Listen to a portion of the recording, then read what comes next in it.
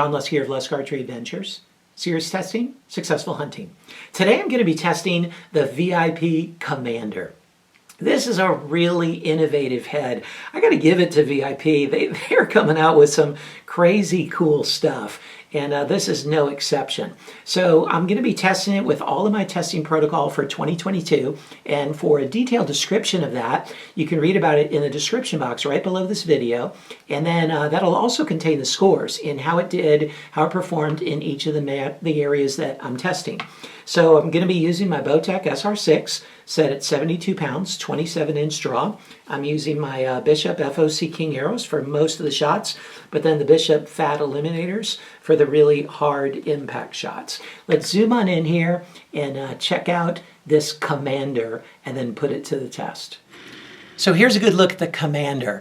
This is basically the 3-blade version of the Ranger. You might have seen my earlier test of the VIP Ranger.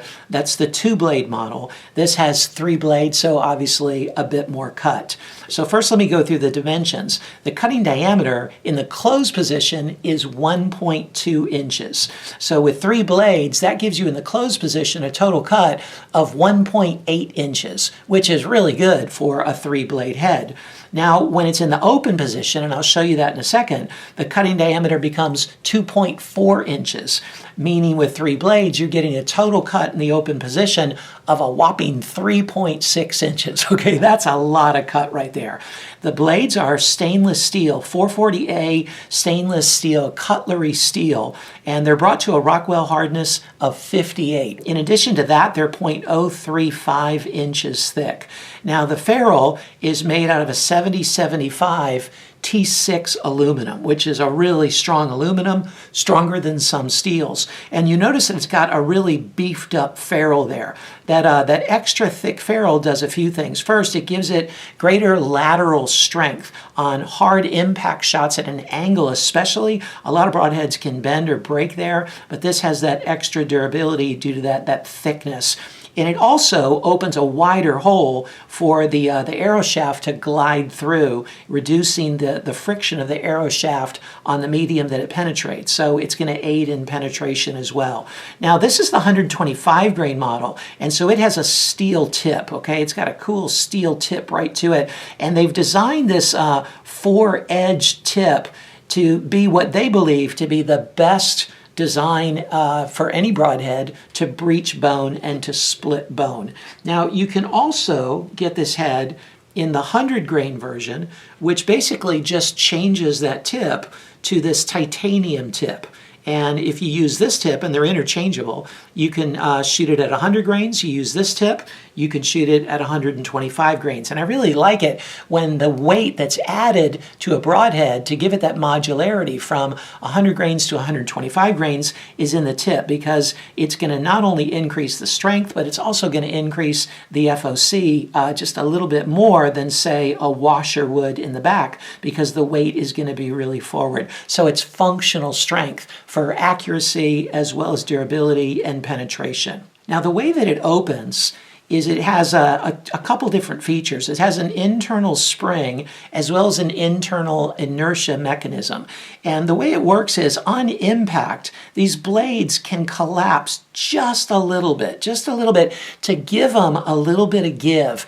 And that little bit of give makes them more durable. It prevents them from bending or breaking like a lot of mechanical broadheads have trouble with because they're unsupported on the back side. This, with that little bit of give, allows them to withstand a lot more force. And then as the broadhead hits something, it slows down, and that triggers that internal inertia system that allows the blades to spring forward. So they give just a little bit, and then they spring forward into a full open position. And here's the head in the fully open position. That's the cut of 2.4 inches diameter, 3.6 total inches of cut. That's a lot of cut. Now, it's not considered barbed because each of these blades can come back like that. And so it makes them a little easier to pull out of a target, and it makes them legal instead of a barbed head where some states make them illegal. So I'm really eager to put this head to the test and see how this 125 grain Commander performs.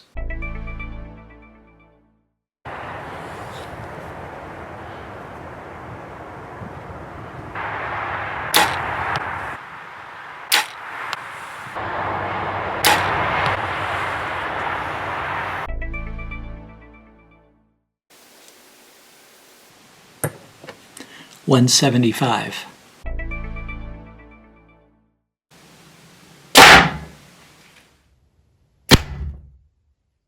It penetrated 8 7/8 inches, and I do want to note that the blades did not open up throughout their entire penetration into the gel.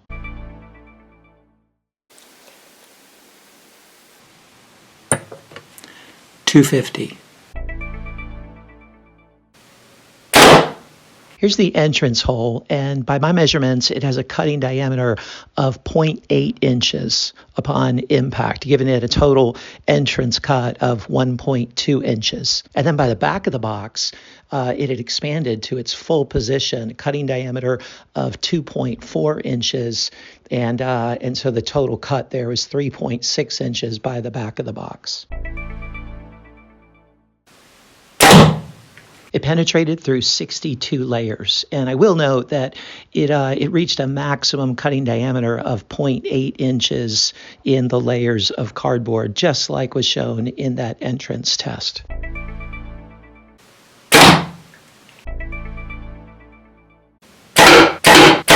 It's in perfect condition after the 3 shots through the MDF. Here it is after going through the MDF 3 times and the steel plate 2 times, and it's just in perfect condition. I mean, there's no signs of damage whatsoever except for some cosmetic scratching on the ferrule. The tip and the blades are in excellent condition. And here's a look at the holes that it makes, and this is in that compressed closed position with a cutting diameter of 0.8 inches, which is pretty small, but at the same time, it really punches a hole, okay? It's just not like 3 slits there.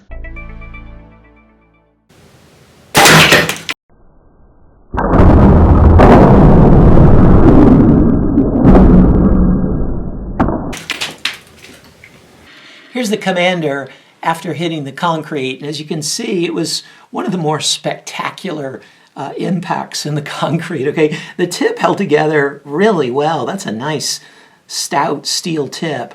The ferrule, not so much. You can see it just split open like that, and it lost 2 of the blades. 1 stayed intact. Now, I will note that it did extremely well through 3 shots of the MDF and 2 shots in the steel plate. It actually got a perfect score through those 2. So, don't question the durability too much in a hard impact or 0 penetration test like this, because it did so well up to this point. And the concrete is just kind of a test to kind of test the extreme limits of what a broadhead can handle. But it's only 3 points out of a 100-point scale. Much more important is how it holds up in the MDF and then the steel plate, and it did very well in that. So overall, even though it didn't do well in the concrete, it's fairly impressive durability. So what did you think of the Commander? You know, you got to check out the score sheet and see how it performed in the areas that matter to you the most. But it's a difficult head for me to get my head around because its greatest strength is its penetration. I mean, it penetrates extremely well. But then the reason for that is the cut is pretty small and the blades can collapse to make it even smaller. So the mediums that I'm using that are uniform, consistent mediums like gel and layered cardboard, the blades don't deploy, they just shrink down. And so that plus the thick ferrule allow it to penetrate extremely well. But then in an animal where there's a little bit of an opening, like you saw in the cardboard box that I tested on, they have the potential of opening up really big. So in one sense, I kind of knock them because the blades don't deploy in these mediums, but then at the same time, they penetrate really well because the blades don't deploy. But then in an animal or another medium, they probably will deploy, or at least, partially deploy and give you a much bigger cut. So it's really kind of hard to comprehend the total value. I've used some of the VIPs in the field, and they performed way better in the field and the way they deployed there than in these consistent mediums that I'm testing out here. But either way, there's some real strengths. Either the strength of incredible penetration or the strength of an incredible cut based on whether it opens or not. So check out the score sheet and see again how it performed in the areas that matter to you the most, and stay tuned for the cumulative score as well as the overall Lust grade. But I think VIP is really on to something. Great job, VIP. Keep up the great work. I look forward to seeing what you come out with next.